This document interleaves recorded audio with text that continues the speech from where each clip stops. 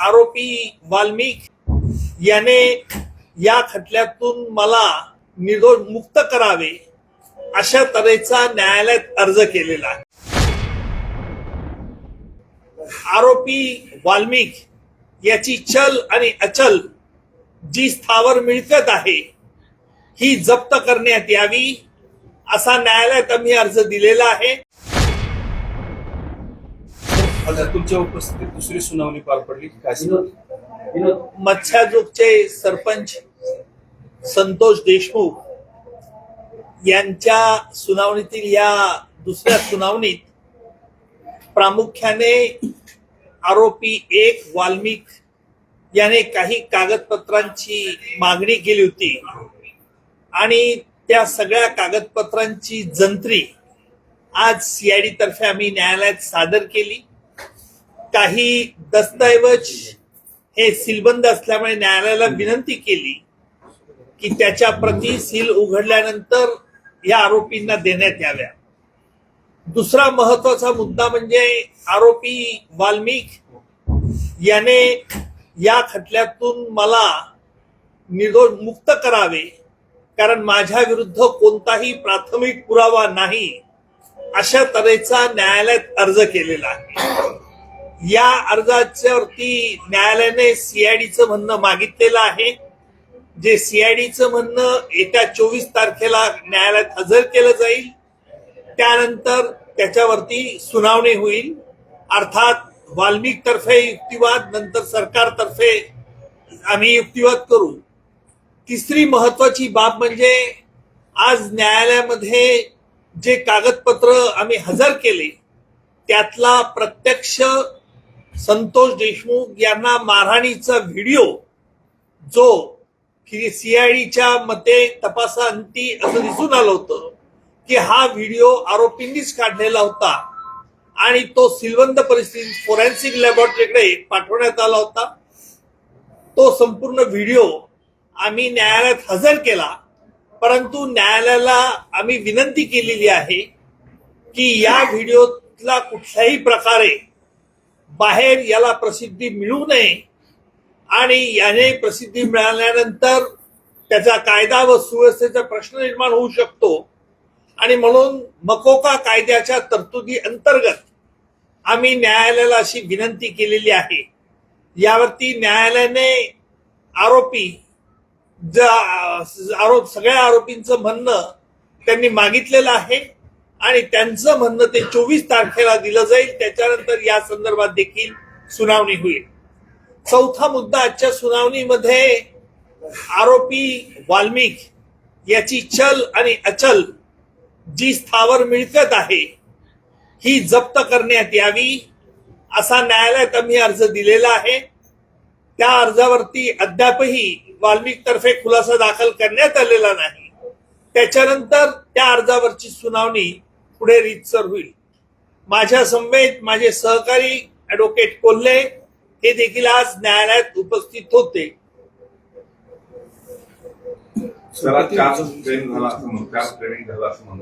नाही, अजून कोर्टावरती आता हे आरोपीने मध्ये अर्ज केल्यामुळे त्या अर्जाची सुनावणी होईल. नंतर सरकारतर्फे आम्ही कोर्टात न्यायालयात एक ड्राफ्ट चार्ज देऊ आणि त्याच्यानंतर चार्ज कोर्ट तो फ्रेम करावी की नाही याच्यावरती युक्तिवाद ऐकल्यानंतर न्यायालय त्याच्यावरती निर्णय घेईल. वाल्मिकने काय नेमका अर्ज केलेला आहे या केसमध्ये? वाल्मिकने त्याच्या अर्जामध्ये अनेक मुद्दे उपस्थित केलेले आहेत. पहिला मुद्दा म्हणजे त्याचा या प्रकरणात कुठे काही संबंध नाही, तो खुनामध्ये नाही, खंडणी त्याने मागितलेली नाही आणि तो कसा निर्दोष आहे हे दाखवण्याचा केविलवाणी प्रयत्न त्याच्या अर्जामध्ये आहे असं सकृत दर्शनी दिसतं. तुम्ही जी त्याची संपत्ती जमा करण्याची मागणी केलेली आहे कशा कशाच्या आधारावर ही जमा करण्याच्या पण त्याच्यात सीआयडीने काही महत्वाचे कागदपत्र गोळा केलेले आहेत. ती कागदपत्र फार मोठ्या प्रमाणात, परंतु इतर आरोपींची देखील काय प्रॉपर्टी आहे चल आणि अचल या संदर्भात सीआयडी अद्यापही तपास करते आहे. कायद्याअंतर्गत पुढील तपास अद्यापही चालू आहे. त्यामुळे सीआयडीचा पूर्ण तपास झाल्यानंतर याच्यावरती निर्णय घेण्यात येईल. त्यांचं सर ऑलरेडी एक त्यांनी अप्लिकेशन दिलं होते की त्यांची प्रॉपर्टी जी सील केलेली आहे त्याचे काही डॉक्युमेंट्स त्यांना मिळावे या संदर्भात युक्तिवाद झाला, काय युक्तिवाद झाला आणि कोर्टाने काय ऑर्डर केली त्या संदर्भात? नाही, त्याचा अर्ज असा कोणताही नाही की सील केलेली प्रॉपर्टी आहे जी आम्ही मकोगा कायद्याखाली त्याची प्रॉपर्टी जप्त करण्याचा अर्ज दिला असल्याने यापूर्वी जो सीआयडीने अर्ज दिलेला होता की ते फरार आहे, वाल्मिक फरार आहे होता आणि म्हणून त्याचा प्रॉपर्टी जप्त करण्या असा जो अर्ज होता त्या अर्जावरची सुनावणी, कारण वाल्मिकला नंतर अटक करण्यात आल्यानंतर ती सुनावणी फ्रुटलेस होते आणि म्हणून नवीन सीआयडी तर्फे अर्ज देण्यात आला की मकोका खाली याची प्रॉपर्टी जप्त करण्यात यावी.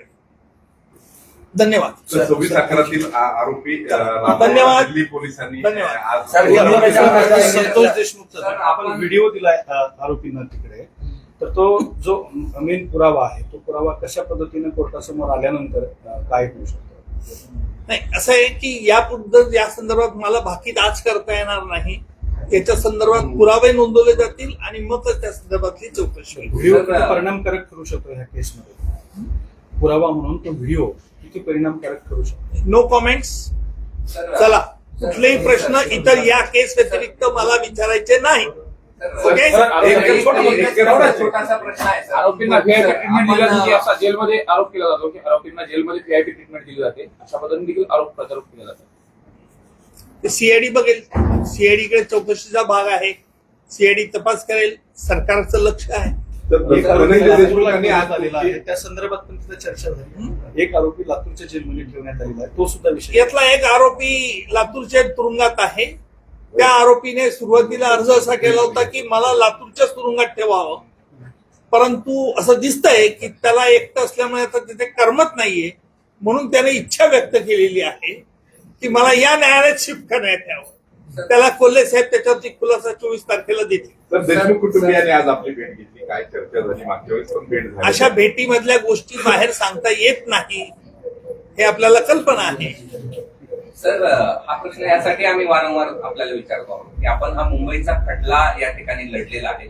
आपण पण राणाचा अनेक वेळा या सगळ्या प्रकरणामध्ये उल्लेख केलेला आहे आणि त्याला भारतात आणलं जात आहे. त्यामुळे आम्ही आपल्याला हे विचारतोय. चांगली गोष्ट आहे, भारताचं मोठं यश आहे. धन्यवाद. न्यायालयीन लढाई कशी असणार आहे, सर?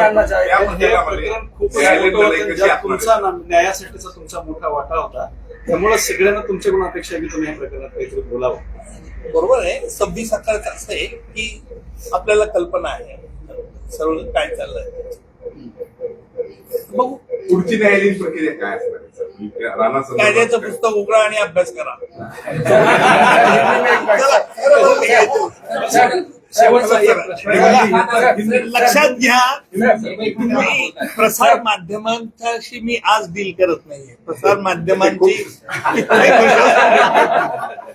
तुम्ही माझ्यात आणि राजकीय नेत्यामधला फरक ओळखा.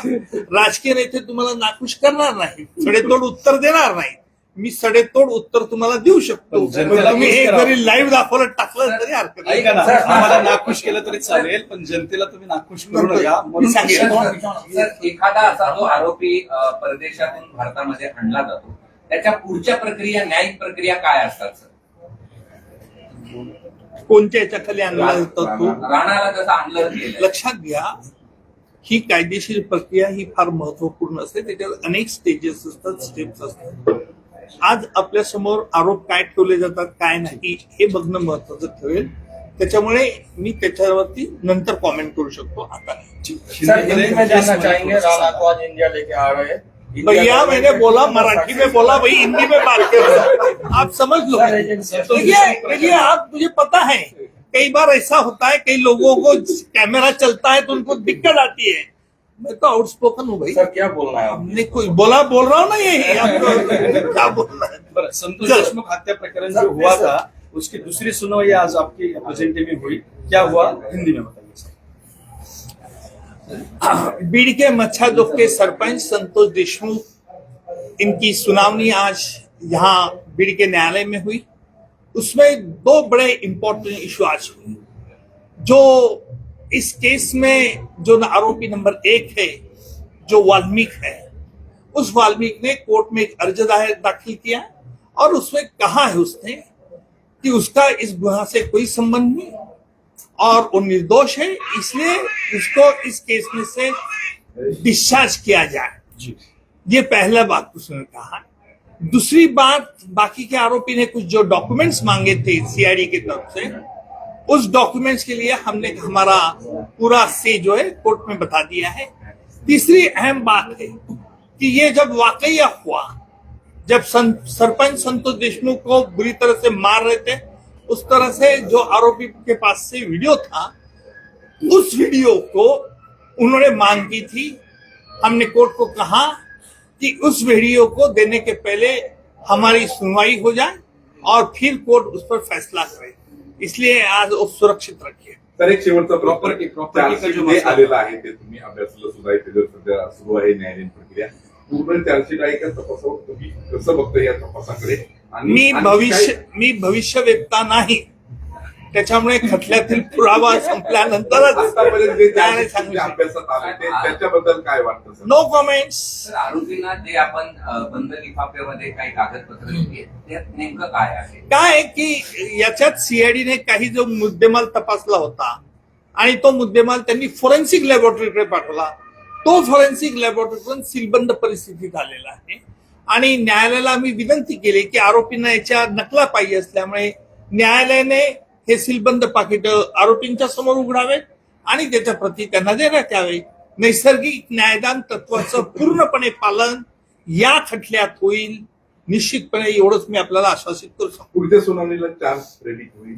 24 तारखेला होणार नाही। 24 तारखेला आम्हाला वाल्मीच्या जो त्याला खटल्यातून मुक्त करा या अर्जावरती खुलासा मागितलेला आहे, तो खुलासा सीआयडी तर्फे दाखल करण्यात येईल आणि आमचे ऍडव्होकेट कोल्हे साहेब ते दाखल करतील आणि त्याच्यानंतर सुनावणीच्या वेळेला त्याच्यावर निर्णय होईल। नंतर आरोपींवरती आरोप निश्चिती करण्याचं काम काय सुरू होईल।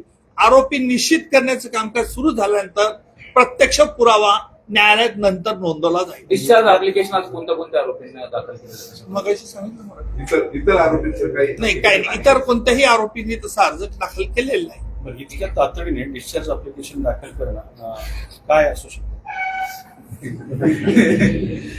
त्यांच्या मनातलं काय चाललं आहे हे मी ओळखतो, परंतु ते तुमच्या समोर कॅमेरा समोर सांगणं योग्य नाही। त्यांनी अटेंडन्स दोन्ही अप्लिकेशन दिलेत होते सर। पहिल्यांदा त्यांनी बेल पण अप्लिकेशन दिलं आणि डिस्चार्ज पण अप्लिकेशन, तुम्ही काहीतरी आर्ग्युमेंट केलं, त्याच्यानंतर त्यांनी बेल अप्लिकेशन मागे घेतलं। काय होतं तो, काय आर्ग्युमेंट होतं?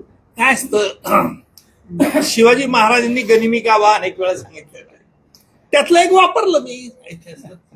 एवढं समजा, गनिमी कावा जसं बाहेर माहिती आहे तसं तुमचा एक कावा माझा कावा नसतो, मी युक्ती सांगतो। काय होती? चला जाऊ दे, आता भरपूर झालं, मी जर पण फार बोलतोय। साई जोशी आजतक वाला तो बघत असेल 2 दिन आमचं बोलते नाहीये।